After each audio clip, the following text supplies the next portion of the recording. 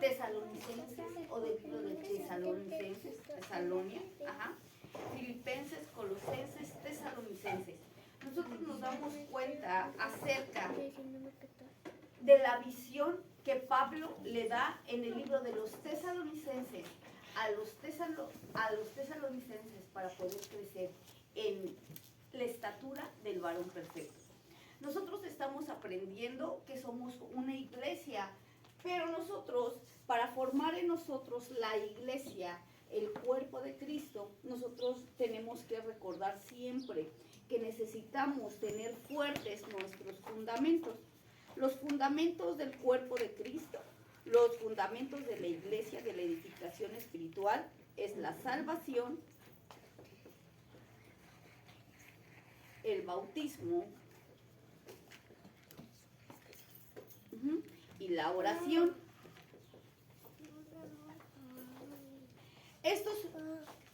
Estos fundamentos o este fundamento es sobre el que nosotros podemos edificar nuestro edificio. No hay otra manera de edificarlo si nosotros no logramos consolidar primero esto. Primero nosotros debemos de recordar que tenemos que ser salvos, tener la sangre del Señor Jesús. No, ¿cómo es la salvación? La salvación es literalmente el poder que nos ha sacado del mundo de pecado y nos ha traído a su luz admirable. Eso es lo primero que nosotros tenemos que experimentar. Y se manifiesta a través del perdón de la sangre del Señor Jesús. Nosotros pedimos perdón y pedimos la limpieza de su sangre. Y cuando la palabra de Dios dice que si nosotros confesamos con nuestra boca que Jesucristo es el Señor, que Él murió por nosotros y resucitó de entre los muertos, seremos salvos. Cuando nosotros hacemos eso, aceptamos la sangre, la limpieza de su sangre, el Señor en manifestación nos saca de nuestra vida que nos ha traído tantos problemas y nos lleva a su luz admirable, nosotros somos salvos.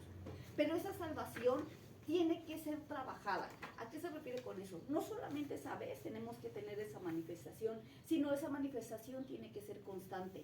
Las cosas que nos duermen, las cosas que nos dominan, las cosas que siempre están atacando, contraatacando, para que nosotros caigamos, tienen que estar con la defensa de la salvación. Por eso la salvación también es parte de la armadura de Dios, la armadura que protege al cristiano. Entonces la salvación tiene que tener una función de protección también, de una protección espiritual. Por eso nosotros mencionamos que nuestra salvación tiene que estar activa. ¿Cómo es que está activa? Es como cuando usted tiene las pastillas Alka-Seltzer. Mientras usted las tiene en el sobrecito, pues no hay ningún problema. Pero cuando usted las necesita para su función o para usted las pone en un vaso de agua y al momento que caen en el agua, se activan, ¿verdad? ¿Y cuándo es cuando funciona? Cuando usted se las bebe. Así es la salvación. La salvación la tenemos. La salvación nos corona. Por eso estamos en la casa de Dios. Pero tiene que estar activa. Tiene que funcionar en nosotros. Nosotros no podemos decirnos cristianos si no nos funciona la sangre. ¿Me doy a entender? Yo no puedo decirme que estoy perdonado si yo no sé cómo pedir perdón, si yo no sé cómo limpiarme con la sangre, si yo no sé cómo cubrirme con la sangre. Por ejemplo, yo no puedo decir que tengo la salvación si todos los ataques del enemigo me llegan, porque entonces, ¿qué es lo que me cubre? ¿Cómo me cubro? ¿Cómo me protejo? ¿A qué se refiere con esto? La salvación tiene que estar activa en nosotros. La salvación tiene que estar viva. Vemos nosotros muchos cristianos reprimidos, escondidos en las esquinas, no sé, están aquí pero no se sienten plenos porque no saben limpiar sus corazones con la sangre del Señor Jesús. Siguen cargando pecados sobre de ellos que ya deberían de haber sido limpios por la sangre de Cristo. Y nuevamente vamos a lo mismo, la salvación, ¿en dónde está? La salvación, ¿cómo se trabaja? ¿Cómo la han trabajado? ¿Cómo la viven? ¿Cómo participan de la salvación? La salvación tiene que estar viva, tiene que estar activa. ¿Y a qué me refiero por eso? Mucha gente puede decir, pero es que la sangre del Señor Jesús pues ya murió hace cuántos, más de 2000 años, más de 2030 años ya murió el Señor Jesús. ¿Cómo puede estar activa? Hoy la palabra palabra de Dios en Apocalipsis dice que el Señor está como recientemente inmolado en el cielo y su sangre está fluyendo fresca para nosotros. Quiere decir que la misma sangre que Él derramó en la cruz del Calvario, esa misma sangre hoy a nosotros, con ese poder sobrenatural, puede limpiarnos, puede sanarnos, puede salvarnos de la misma manera que lo hizo antes. Eso es lo que nosotros tenemos que tener consciente. El bautismo, ¿para qué sirve el bautismo en aguas? ¿Alguien me puede recordar? Lo mencionamos cada 8 días. El bautismo, ¿a qué se refiere?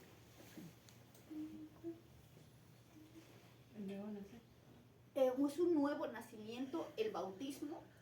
¿Qué otra cosa se refiere? Está bien la respuesta. Una transformación.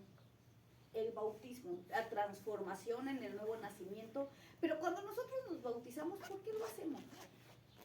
Aparte de que es un mandato, es uno de los estatutos divinos, al igual que la salvación, y es parte del fundamento, ¿por qué nos bautizamos? El bautismo es un testimonio público de que yo ya no voy a regresar al mundo. Yo les testifico a todos y les digo, yo soy bautizado. Yo antes, dice Efesios 2:13, antes era enemigo, mas ahora he sido amigo de Dios. ¿A qué se refiere? Cuando yo hago público algo, como por ejemplo, ¿cómo podemos saber que alguien está casado? Por el anillo. El anillo. ¿Qué otra cosa? Díganme. Porque está más gordito. Las bodas. ¿Qué más? Ajá. ¿Qué otra cosa? ¿Cómo podemos saber que está casado? Pueden tener familia en otros lugares, pero no están casados, ¿verdad? ¿Cómo puedo yo estar seguro que esa persona está casada? Díganme ustedes. Comportamiento. ¿Por qué otra cosa? Por el compromiso. Se hace público, ¿verdad? Se hace público. Y se hace público con bombo y platillo. Estoy casado. Y que todo el mundo lo sepa. Ok. Cuando nosotros sabemos que somos hijos de Dios, tenemos que hacerlo público. Esta unidad con Él tiene que ser pública. No tiene que ser escondida. Oye, todo el tiempo fui tu vecino y nunca supe que eras cristiano. ¿Y el bautismo está activo o está muerto? ¿El bautismo está guardado o está resguardado? Déjenme decirle que a los casados por eso se esconden cuando cometen adulterio. ¿Por qué? Porque todo el mundo sabe que están casados. Cuando nosotros somos bautizados, no nos podemos esconder para pecar a gusto, porque todo el mundo sabe que estamos bautizados. ¿Y qué nos dicen? ¿Tu bautismo? ¿No eres bautizado? ¿Tu bautismo? ¿Quién eres?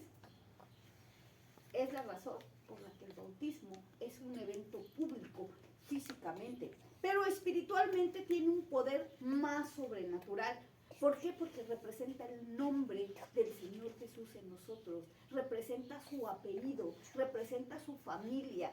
Porque antes nosotros que éramos enemigos, ahora en Él somos hechos sus hijos cuando nosotros nos bautizamos. Ahora nosotros adquirimos su nombre. Así como ustedes adquieren el apellido de otra persona cuando se casan, así ustedes cuando se bautizan adquieren el nombre y el compromiso con Dios. Pero no solamente el compromiso de ustedes hacia Él, sino de Él hacia ustedes.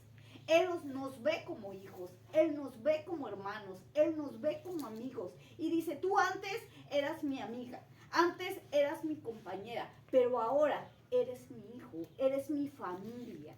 Nosotros con el bautismo tenemos ese poder de que ahora nosotros somos hechos hijos de Dios. Y dice, los que creen en su nombre, bautismo, nombre, en su nombre, en su naturaleza. ¿Qué pasa con este bautismo? Yo tengo que lograr formarlo en mí. El bautismo tiene que ser mi identidad. ¿Por qué mi identidad? Tiene que ser mi rasgo facial. A lo mejor yo puedo ser Isaí Pesina en donde sea, ¿no? ¿A qué se refiere? Yo llegué aquí a los pies de Cristo siendo Isaí Pesina. Y Pesina a más no poder, ¿no? Y a mí nadie me hace nada porque yo tengo mi carácter, de mi apellido y de mi familia y de mis generaciones. Cuando yo adquiero el nombre del Señor Jesús, yo soy Isaí, hija de Dios. Y también Él tiene su carácter. Y también Él tiene su forma de ser. Y también Él tiene su apellido. Y así como yo respaldo mi apellido, yo respaldo su nombre de Él. Yo respaldo su actitud de Él. ¿Por qué no lo haces? Porque soy cristiano. ¿Por qué no lo haces? Porque tengo un apellido que me respalda. He adquirido un apellido del que estoy orgulloso. No, pero es que todos somos cristianos. No, espérame. Yo soy un buen cristiano. Yo soy alguien que busca a Dios. Yo no me puedo comparar con la demás gente porque yo tengo un compromiso personal. Y ese respaldo es la identidad que me marca como cristiano. Es la identidad que me respalda como cristiano. Y Dios siempre es fiel a quienes lo respetan con identidad. Y después tenemos la oración. Es necesario que la oración esté activa. El Espíritu Santo. El Espíritu Santo tiene varias formas de conocerse. El Espíritu Santo, aparte de que es multifacético, que son miles y miles de formas en las que Él se muestra con nosotros, la básica, la que todos deberíamos de tener, la más común, por así decirlo, la más simple, la más fácil, es la oración. Y la oración tiene una sola forma, platicar con Dios. Pero déjenme decirle, ¿qué es diferente rezar a orar? ¿En qué será diferente rezar a orar? El rezo es algo repetitivo. El rezo se repite. Se repite. Y como se repite, a veces se sabe. Ya sabe de memoria. Sí, lo sé y no soy consciente ni de lo que estoy diciendo. Porque si yo rezara con conciencia, otra sería mi vida. Si yo rezara con esa conciencia de lo que habla el rezo, mi oración sería diferente. Porque para eso se hicieron los rezos. Porque la gente no sabía leer. Porque la gente no tenía la cultura de leer y aparte la Biblia estaba en latín. Entonces la gente, que era gente entregada a Dios, hacía oraciones. Y cuando veía que sus oraciones tocaban a Dios, las escribían y se las enseñaban a otros. Tú no sabes leer, pero te voy a enseñar a orar. Mira, yo oro así. Pero comenzó a hacerse fácil. Ok, me funcionó una vez, sí funciona, hazlo y te va a funcionar. Pero espérate, no era repetir, era la conciencia de la oración. El peso de la oración, lo que iba a obrar el milagro. Es lo mismo con nosotros. Ahora nosotros sabemos leer. Es diferente, es raro el que no sabe leer sin contar a los bebés. La mayoría sabemos leer. Nosotros tenemos que tener una conciencia en la oración. Nosotros tenemos que platicar con Dios. Literalmente traerlo, ponerlo frente a nosotros y comenzar a hablar con Él. Comenzar a platicar con Él. Señor, déjame contarte cómo me fue mi vida. Señor, déjame contarte cuál fue mi problema. Señor, déjame contarte esto. Estaba escuchando un himno. Estaba trabajando para lo de los jóvenes y estaba escuchando un himno antiguo de hace de más de 500 años. Y el himno decía, cuéntaselo al Señor. Y Marta dice, te desprecian tus amigos, cuéntaselo en oración. Y yo me acuerdo, decía, ese himno, ¿cómo nos enseñaba que todo se tiene que bañar?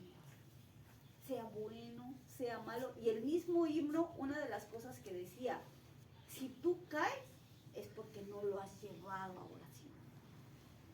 Y volvemos a lo mismo. ¿Qué oración? No repetirlo, la oración eficaz, la que hace que nuestra vida viva. ¿Cómo se podría hacer esta oración de comunión con Dios? Yo como un simple humano puedo conectarme con Dios, puedo comunicarme con Dios o conectarme con Dios como un aparato electrónico a un enchufe. ¿Cómo yo puedo hacer eso? Muchos de nosotros dicen, no, es que eso es imposible, eso solamente es para los pastores o para los que están entregados. Pero si fuera imposible, usted no estaría aquí. Si esa actitud fuera imposible, usted no estaría aquí.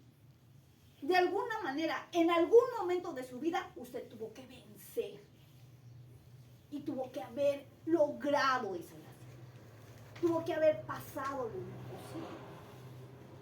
¿Por qué? Porque si no, no estuviera aquí. Porque todos somos un milagro de vida. ¿No? No lo son. Entonces no es imposible. ¿Qué se tiene que hacer? Continuar buscando los milagros de Dios. No una vez. Hoy también. Ya lo hizo una vez, puede hacerlo. Ya lo hizo una vez, puede hacerlo otra vez. Y déjenme decirles que hay milagros fáciles y milagros que son difíciles. El resucitar un muerto es algo difícil. Pero el sacarnos a nosotros de una vida de perdición fue un gran milagro. Fue un gran milagro. Un gran milagro. Cualquiera, una sanidad, podemos decir, una sanidad de cuerpo, podemos decir nosotros, no, pues es que el cuerpo se regenera, ¿no? No estaba tan enfermo.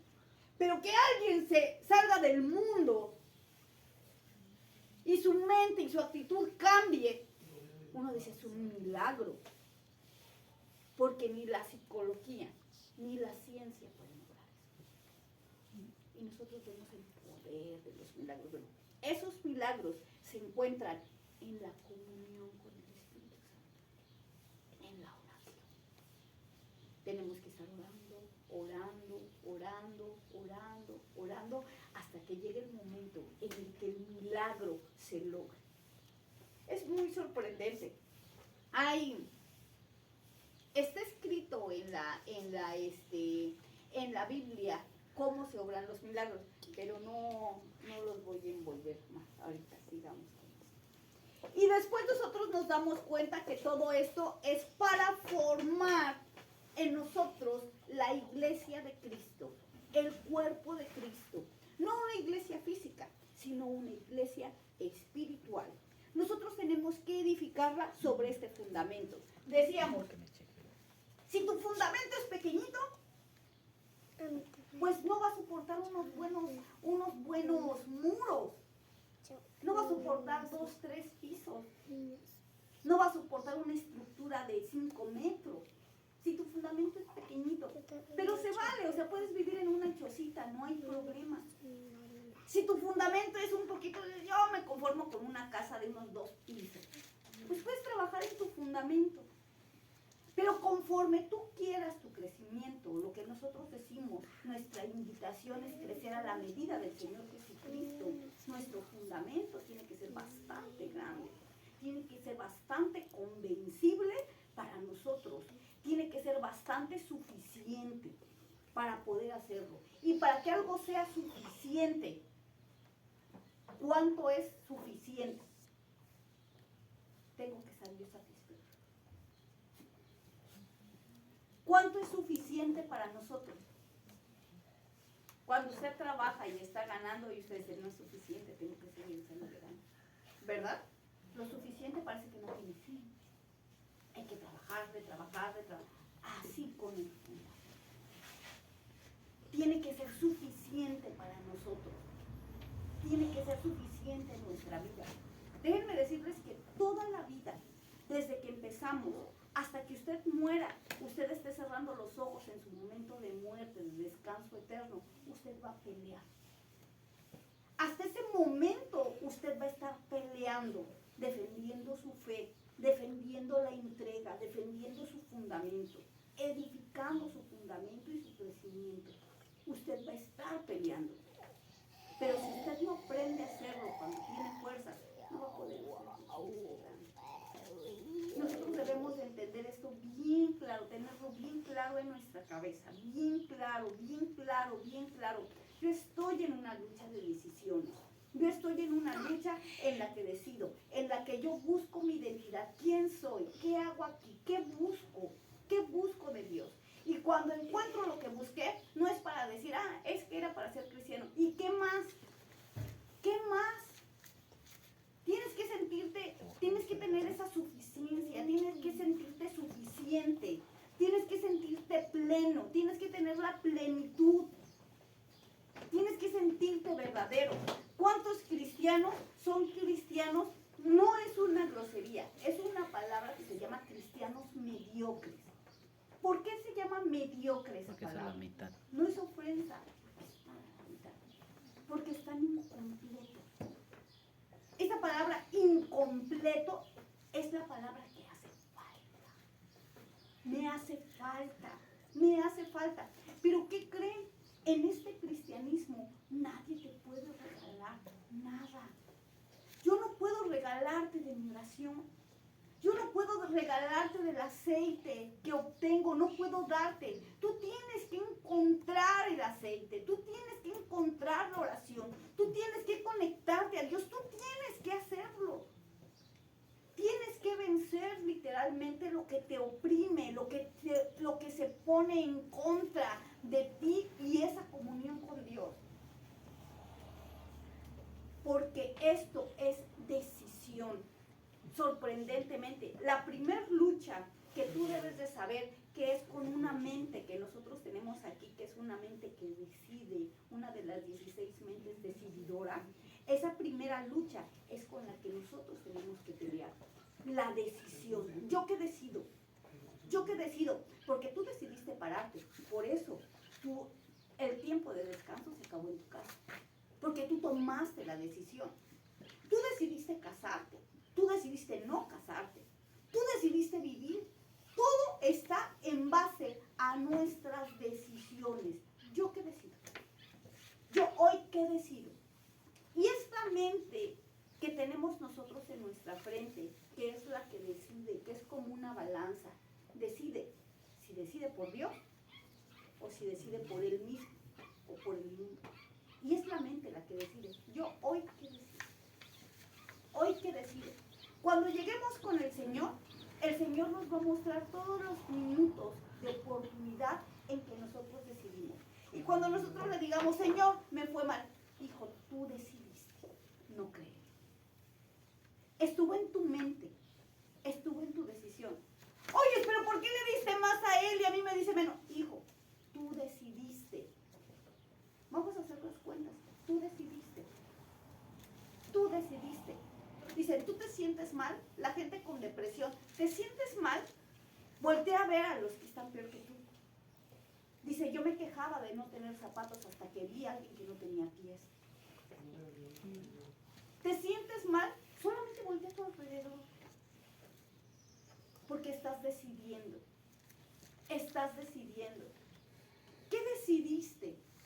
¿Qué decides? En tu mente decididora, los tesalonicenses tenían que aprender a decidir. Cuando ellos fueron evangelizados, estaban en un lugar que era un lugar como Tijuana, ya lo habíamos mencionado. Este lugar era un lugar marítimo, un lugar en donde llegaban todos los barcos y descargaban todas las riquezas que iban para el reino de Roma. Y tenían que pasar ahí en Tesalónica. Entonces, cuando Pablo llegó, también estaba lleno de gente de diferentes culturas, de diferentes ciudades, de diferentes pensamientos, y cada uno tenía sus dioses. Estaban tanto los egipcios, estaban los romanos, estaban los corintios, todos tenían sus diferentes dioses. Los egipcios tenían al dios del sol, tenían a Osiris, tenían un montón de dioses. Los de Grecia también tenían sus propios dioses y todos, había una revoltura. Una revoltura. Una de las características que tenía ahí, dice que había una promiscuidad sexual. Nosotros nos damos cuenta siempre en la historia que una de las armas más fuertes del enemigo es la parte sexual. Y en ese tiempo se había fusionado con la religión de ese lugar, la religión pagana, recordemos. La religión pagana se había fusionado con la promiscuidad sexual. Entonces, una de las cosas que ellos hacían era ofrecer danzas a la diosa de la fertilidad en ese tiempo. Y la diosa de la fertilidad iban y ofrecían y hacían orgías para obtener la fertilidad. ¿Qué era lo que pasaba? Cuando Pablo habló con los tesalonicenses, le dijeron, lo primero que tú debes de sacar de tu vida es la promiscuidad. Y nosotros vamos a pensar en esto. ¿La promiscuidad de qué? ¿Cómo creen ustedes que los tesalonicenses lo hicieron? ¿Cómo creen ustedes que los tesalonicenses lo hicieron? La promiscuidad no viene de la gente. La promiscuidad viene de mi interior, de mi mente, de mi corazón. De ahí vienen mis decisiones. Nuevamente vamos al punto. ¿Qué decido? ¿Qué decido? Déjenme decirles que en la palabra de Dios está el libro de Daniel. Daniel Fue un hombre consagrado a Dios, pero consagrado de una manera especial porque él decidió. Una de las características que dice el libro de Daniel, él decidió en su mente no contaminarse con las cosas que se ofrecían allí en el reino. Él decidió. Y nosotros debemos de saber que el problema no es la gente. Usted, yo, estamos en este mundo. Y si aquí se ven cosas feas, afuera se ven cosas peores. Entonces usted no se puede escapar. Usted no puede estar fuera del mundo. Usted tiene que vencer el mundo aquí y lo tiene que vencer allá afuera. Y Pablo lo primero que les dijo fue, lo primero que tienen ustedes que saber es que su mente tiene que estar limpia. Limpia.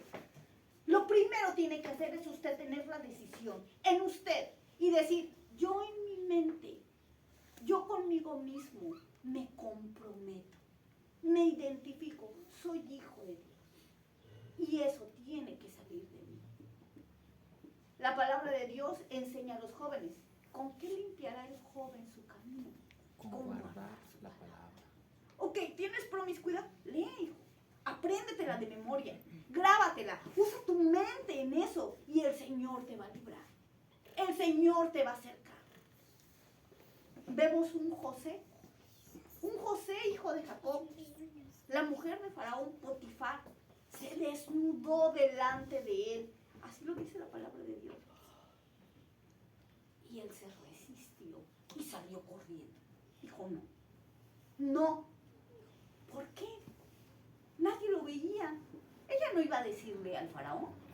Ella no iba a ir a contarle a la gente. Ella no iba a ir a ponerse, a exponerse.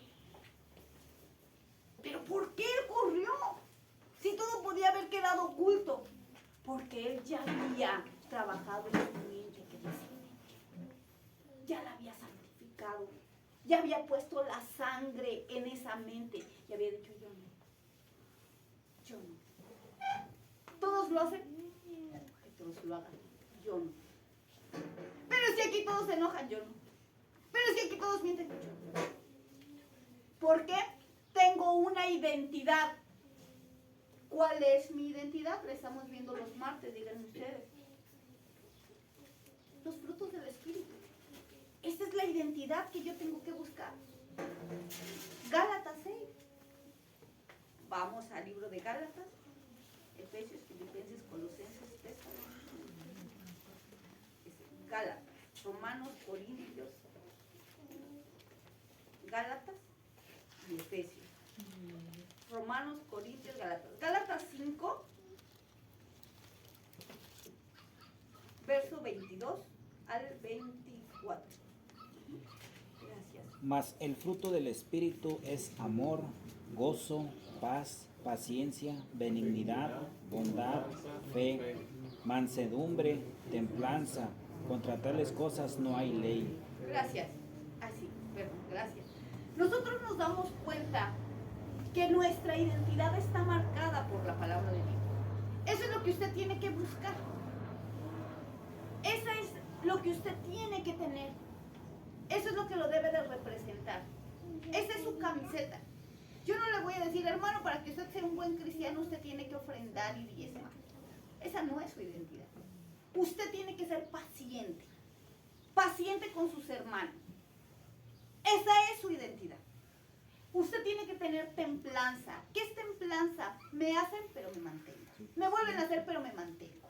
Yo hago, pero también me mantengo. Tiene que tener esa templanza, esa fuerza. Porque el temple es cuando usted lleva el fierro al fuego y de inmediato lo pone en el agua, en lo frío. Lo pone al fuego y de inmediato lo pone en el frío, pero es para que resista. La templanza es así. Es que me vieron feo. No, no pasa nada. Pero es que me hicieron eso. Aguante. Porque eso lo va a hacer fuerte. También dice mansedumbre. Manso. Manso. Alguien manso no es alguien agresivo en contra de la manada, por así decirlo, ¿no? En contra de la manada. Nosotros decimos que la humildad la ve Dios y la mansedumbre la ve el hombre. ¿A qué se refiere con eso? Algo que se vea. algo que se vea. Si usted no tiene la razón, no pelee. Créame, no pelee. Si usted tiene la razón y alguien se levanta, tranquilo. Muestre mansedumbre. Porque lo digo yo, no, lo dice la palabra de Dios. La palabra de Dios lo marca. Usted dice, es que me van a tomar de tonto. Dios no lo va a tomar de tonto. A lo mejor todos sí, pero Dios no. A lo mejor la gente sí va a decir, es que es tonto. Dios no, porque lo dice su palabra.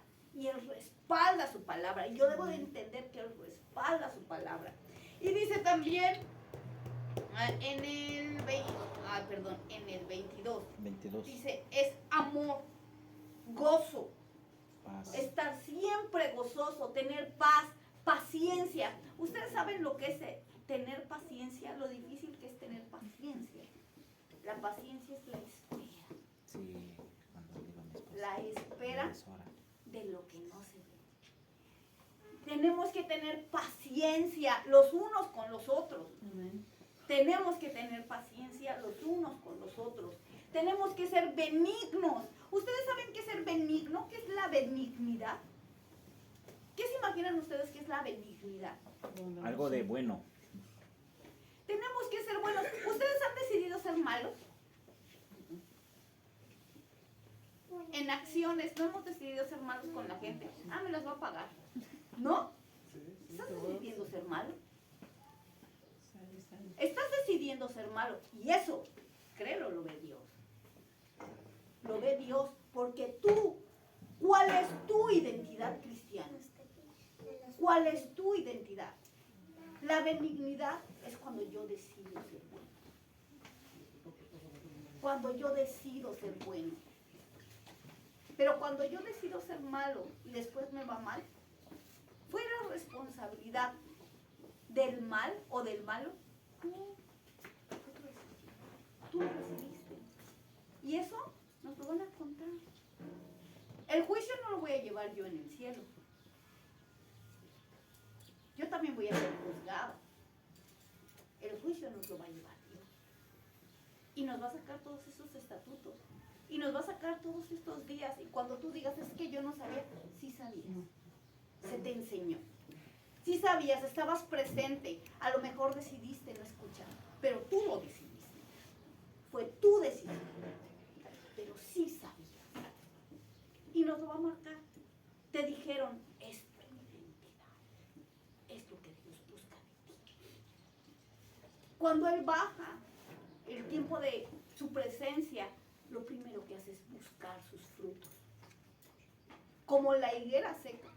La higuera que se secó. ¿Por qué se secó? ¿Por qué se murió? Porque Él llegó y buscó los frutos de la higuera. La higuera estaba llena de hojas. Y una de las características de las higueras es que primero da frutos y después da hojas. Y el Señor dice, ¿tienes hojas? Vamos a ver tus frutos. Y se acercó y los buscó y no encontró. Y todos dicen, si no era tiempo de fruto, también se escribe en la ley. Si no era tiempo de frutos, no tenía por qué tener hojas. La higuera estaba desfasada. La higuera estaba decidiendo mal, aparte de que estaba en medio de la vid, de donde se regaba constantemente. Tenía el cuidado de los frutos de la vid. Y sin embargo, hacía lo que quería. Y ahí es cuando el Señor se acercó, buscó en ella frutos. Tienes hojas, estás bien bonita, bien verde. ¿Qué has hecho? Te he cuidado, te he dado lo que necesitas, pero voy a ver un fruto. A ver qué fruto tiene. Y dice, y no encontró fruto. No encontró ninguno. Porque hay frutos grandes y a veces tienen unos chiquitos. Y a veces unos así que apenas van brotando. Y Él viene. Nosotros bien contentos, Señor, baja a tocarnos, pasa por aquí, Señor, pasa por aquí. Las alabanzas de antes, pasa por aquí, Señor. Oh, ven, ven, pasa. ¿Te verás? Va a venir a buscar mis frutos.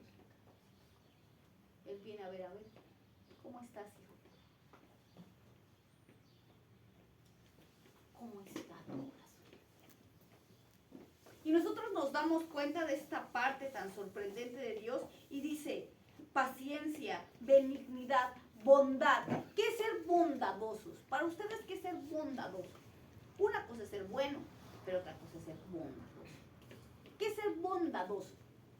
¿Cómo que se les ocurre que es ser bondadoso? Generoso. Déjenme decirles que algunas personas dan, sí son dadores, pero dan lo que les sobra. También, déjenme decirles, vamos a hablar de la bondad, no vamos a hablar de lo que podemos hacer. Todos podemos dar lo que nos sobra, todos podemos dar lo que nos sobra. Estamos hablando del bondadoso, no estoy acusando a nadie de nada, aclaro de una vez, tampoco para que no se nos alteremos. Estamos aprendiendo. Bondadoso. ¿Qué es ser bondadoso? Dios es bondadoso con nosotros.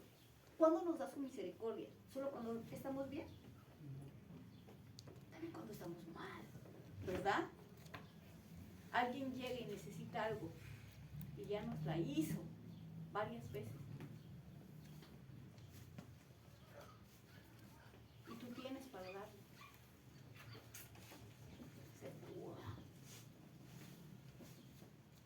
No, sé bondadoso. Muy difícil.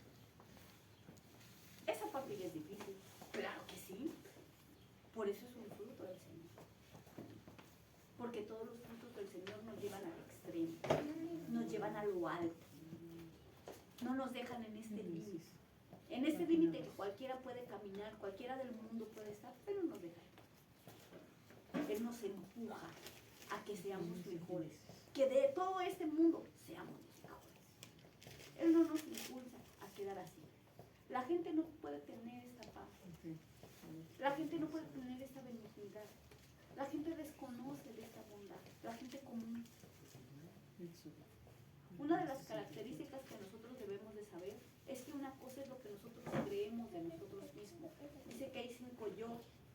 Yo, el que yo creo que soy. El que ustedes saben que soy. El que mi familia sabe quién soy. El que la comunidad del mundo sabe quién soy yo. El que Dios sabe realmente. Entonces, ni siquiera este se parece a este. Ninguno. Pero sin embargo, se me pedirán frutos. ¿Y cómo yo puedo acentuar esos frutos? De la misma manera que lo dijimos, con lo que yo decido. Porque se dan cuenta que los frutos son más en base a decisión. Antes de que se formen en uno, es decidirlo. ¿Yo qué decido? Yo este día qué decido. Yo este día qué decido. Ha estado en sus manos, déjenme ponerles un ejemplo. ¿Ha estado en sus manos de tener un problema? ¿Ha estado en sus manos de tener un problema? De lo que sea. Y ustedes han estado en las dos opciones, en detenerlo y en hacerlo más grande. ¿Verdad que sí se basa la decisión? Nada más es un ejemplo. Vuelvo a lo mismo. No estoy mencionando nada, no sé nada, no me interesa saberlo. Pero es lo mismo. Es solo un ejemplo, ¿no? Es un ejemplo. ¿Yo qué decido? Yo debo de saber que esta identidad que es en Cristo tiene que ser clara. Clara así como la luz. Todos estamos trabajando. Todos tenemos unas bajas y unas altas de azúcar y de repente estamos bien y de repente estamos mal, de repente estamos dándole, de repente nos estamos deteniendo. Todos estamos en este trabajo constante. Todos. Pero lo que debemos de saber es que tenemos un Dios a quien dar cuenta. En eso debemos de ser bien conscientes. Que todo lo que nosotros hacemos, lo vamos a llevar ante el tribunal de Cristo. Muchas cosas nosotros las dejamos y decimos, ¿por qué no dijiste nada? Nos vemos en el tribunal. Hay cosas que aquí no se arreglan, pero se arreglan allá con Dios. Van a ser presentadas delante de Dios. Y cuando nos presentemos delante de Dios, yo voy a poder presentar, si hice bien, las manos limpias. Y si hice mal, voy a tener que llevar el juicio de lo que me corresponde. no sé, a lo mejor un lugar más abajo, o a lo mejor no llego a donde creía que iba a llegar. Pero una consecuencia tiene que tener, porque si no, ¿para qué nos vamos a presentar nosotros como cristianos en el tribunal de Cristo? Algo tiene que haber. Algo tiene que pasar. Nosotros tenemos que ser conscientes de esto.